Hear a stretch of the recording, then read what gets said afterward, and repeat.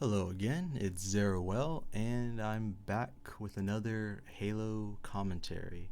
Now, I know I haven't uploaded commentary in a while, I've been busy with real life stuff, but I am here now. Also, I have some good news. I managed to make Windows Movie Maker export 4K video, so yay. Took a small hack, but I got it working. Anyway, so today I wanted to talk about my weird relationship with Halo, because I find myself playing a lot of Halo, but I'm not playing Halo 5. So can I still be supporting Halo while I'm not playing Halo 5 on the Xbox One? I don't know. I recently just stopped playing completely on my Xbox One. The last game I played was probably the Halo Wars 2 beta, which was going to be released for Windows 10 too. So why would I want to touch my Xbox One? My Xbox One is pretty much just for my brother now, not me. And part of that is just I can't agree with the way 343 is taking is developing Halo. Now. With MCC, that was really just a big disappointment for me. That was supposed to draw in all the new generation of gamers into Halo and show them what Halo was about, but that was broken on launch and it failed. Then with Halo 5, it didn't really release with what made a Halo game a Halo game. There's no Forge, there was no distinction between casual and ranked playlist. In fact, all the playlists were ranked underneath, even if it didn't show a visible ranking, in the menu. So that was just really, it didn't make sense to me. I mean, Halo 3, Halo 2, they had it right where they separated casual and competitive playlists. Casual playlist, everyone was just thrown in there randomly, and then competitive playlists, they were organized by rank. But and making everything competitive in that way has led to so many issues for so many people. I just saw a video from Genesis Writer explaining his issues where he cannot find a game in BTB, and it's just appalling how you can't find a game in one of the most social and casual playlists that's supposed to just match people up in the fastest way possible. And with that, I can't really agree. There was a good system in place, and it was just changed for no apparent reason. I mean, it could have been built upon so much more and better, but it wasn't for some odd reason.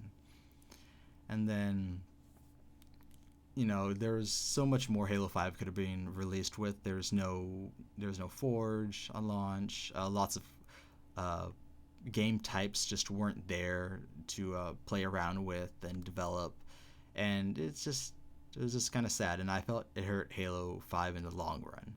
And hopefully Halo 6 will launch with everything in place, Forge, all that stuff. But right now, I just can't agree with the way how Halo 5 launched, and really, I just can't really support Halo 5 at the moment.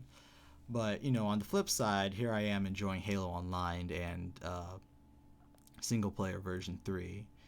Halo Online just it's your classic vanilla Halo. You can't really, there's no sprint, no armor abilities, no loadouts, all that jazz. Yeah, it's just your classic Halo. There's nothing, and to me, that's just the best way to play Halo for me. I really like that.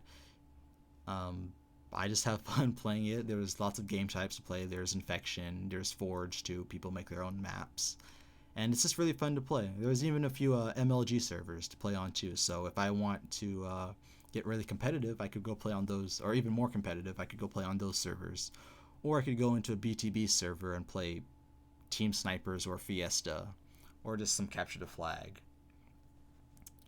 And another thing too was about Halo 5 was the campaign too. The campaign was definitely the weakest campaign in Halo history. I just did not like the campaign at all. It was just lacking so many Halo qualities from it. In contrast to single player version 3. Again, it is based off of Halo Combat Evolved. So there definitely is more mystery, more a sense of exploration, a sense of desperation too, fighting against all these unknown enemies that are trying to kill you. But Halo 5 just didn't really capture the feel of a Halo campaign to me. And I know there's some controversy with the writers and all that.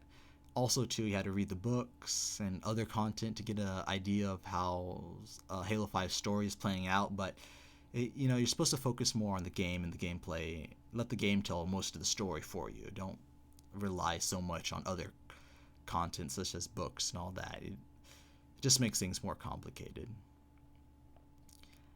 Yeah. So, and I know Halo. I was talking about how Halo 6 was going to be released on the PC too, or supposedly it's going to be released on the PC. From what Phil Spencer has said recently, it seems lots of Xbox exclusives are going on the PC. So I hope Halo can make a good impression, especially with Halo 6 on the PC, also Halo Wars 2, because the PC crowd is hard to draw in. And I hope it comes with all the bells and whistles that a Halo game is supposed to launch with. And a few more things too. There are some community-made Halo games that are being released on PC. There's Installation 01 and Project Contingency. So hopefully those turn out very good too. But it's also surprising too that some people are making their own Halo games. I mean, is it because they're unhappy with what 343 is developing? That's another thing I have to question too. And it also just shows how passionate people are about Halo as well, and that's a good thing. Halo community is very passionate, and I see lots of them staying even when things get tough. And hell, I'm even here staying. When I first built my PC, first thing I did is go out and buy Halo Combat Evolved and put it straight on my PC.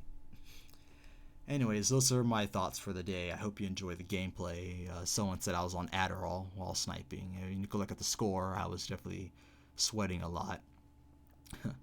Anyways, I look forward to making more commentaries. So, Zero out, and I will see you on the digital battlefield.